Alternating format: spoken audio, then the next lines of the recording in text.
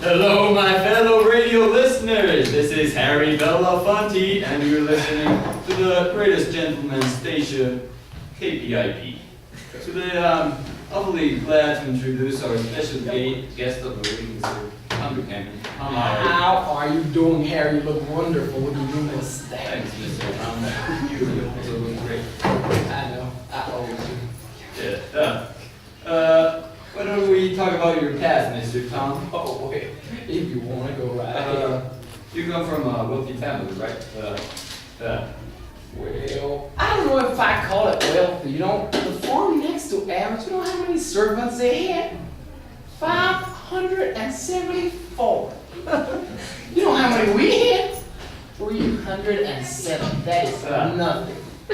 Nothing. No servants at all. Only 10 acres of cotton land. That is all in southern Mississippi.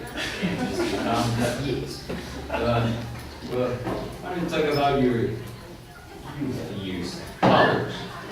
As I told you before, Harry, I'm a very modest person, so I don't want to talk about all the records I broke and how good I was and how amazing everyone told me. You gotta have New Haven's football stats. Harry, you're embarrassing me. It looks like you're the greatest running back of New Haven's history, Mr. Tom. Well, I wouldn't call myself the greatest running back in New Haven's history. I call myself the greatest player in college football. By the way, now that we're talking about sports, let me tell you something about these Negroes. Well, damn Negro. Oh God, have you heard that they want to include themselves in the sports? They want to play basketball. You think a Negro could ever play basketball? Do you think a Negro could beat a white man in the 100-meter dash running? No, of course not. And then, let me tell you something, Harry.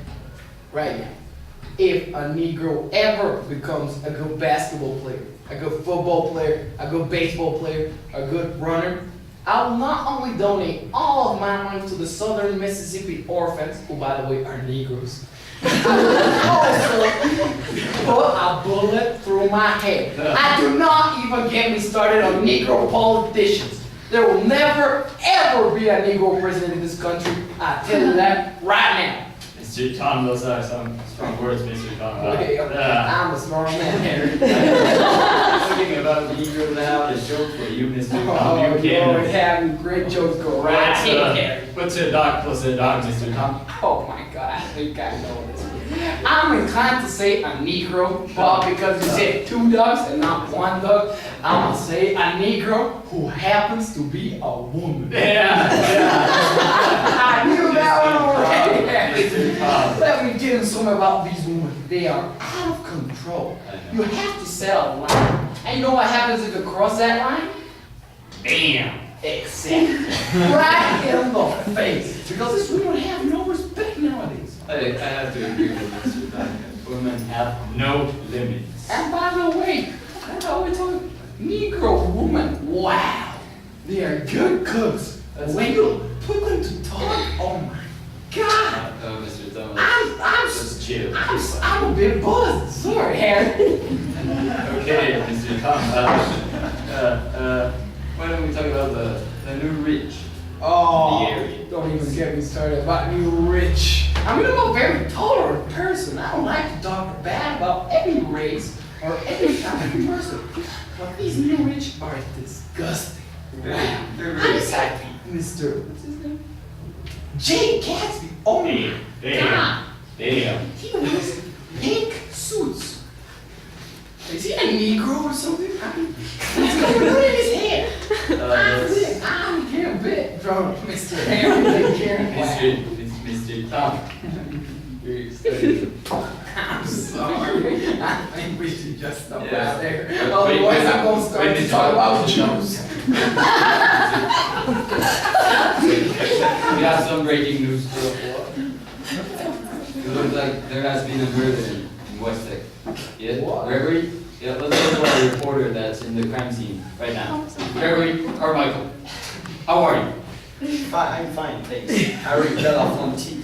As you said, Mr. Gatsby was killed just a few hours ago in his house where I'm standing right now.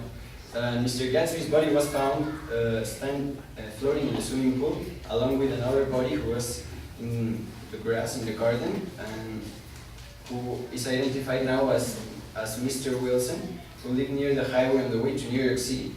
We are here with the ex-gardeners now, Mr. Gatsby, who is called Ronaldo. Oh, Mr. Mr. Gerber, please interview Mr. Ronaldo, please. Mr. Ronaldo, what is your... Hello, I'm Ronaldo. Mr. Ronaldo, can you tell us about your daily routine? Oh yes, of course. Well, first I cut the grass. Then I water the plants. Finally, I cut the leaves of the trees so they look like pretty animals. It's lovely. Okay, very interesting. Did you notice anything weird from your daily routine over the last weeks? Yes, last week something very weird happened. When I was doing my daily routine, when Mr. Gatsby asked me to go over to Nix's house, who is his neighbor, to cut his grass. And then I went. And there I saw Mr. Gatsby with a lady. I think it was Mrs. Buchanan. Mr. Talbot, let us finish the interview, please. God, Go on, Mr. Well, I find it very weird. I find it very weird. I can't tell. Have you seen Daisy, Mrs. Buchanan? Oh, Daisy. Often at Mr. Gatsby's house? Oh yeah, all the time at his parties. He does a lot of parties, and she sometimes goes there by herself or with Mr. Buchanan, but mostly by himself. I found it a bit weird. Are we recording this, Harry? Yes, Mr. Gregory. And can you tell us about what happened? Where were you when the crime Well, happened? I was cutting the plants. I had 2 shots, and I thought someone's killing my plants. Then I go over and I see, well, no one's killing my plants, it's just Mr. Gatsby dead. I got him there in the pool and I got a bit scared and got sad. Do you know who the other body was? No, I don't know him. He was just lying there on the grass. He was Mr. Wilson, who lived near the highway on the way to New York City. And curiously enough, his wife, Myrtle Wilson, had been run over by an unidentified car just yesterday. Can you say anything about this? I really don't know about that. Do you have any opinions or possible suspects for the murder of Mr. Gatsby? No.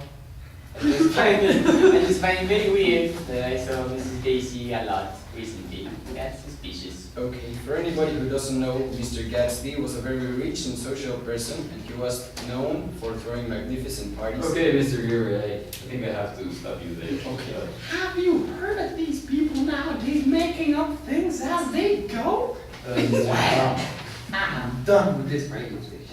Let me tell you something. I'm now the host of this show. Exactly. Exactly. Let's count down. Dear audience, now we'll go to our greatest song of the week. It's called Mr. Gatsby.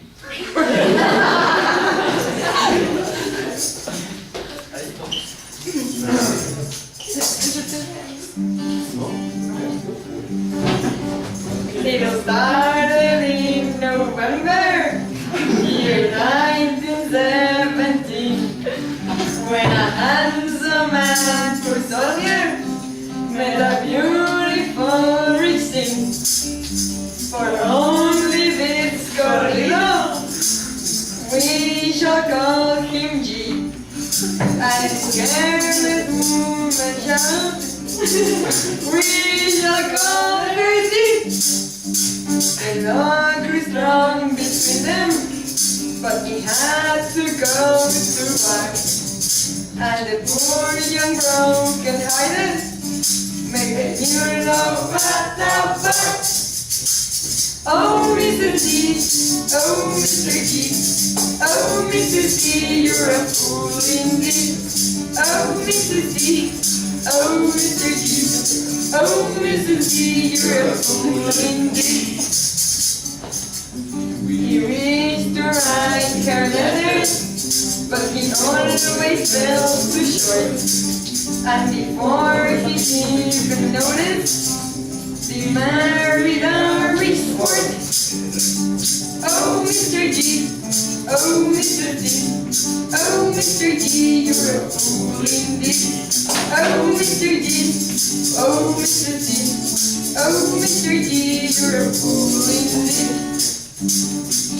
When the soldier came back safely, he was feeling so alone. He would follow her to his hoping they could share a home. Every night he had big parties, hoping these someday showed up. But this never ever happened until he simply gave up.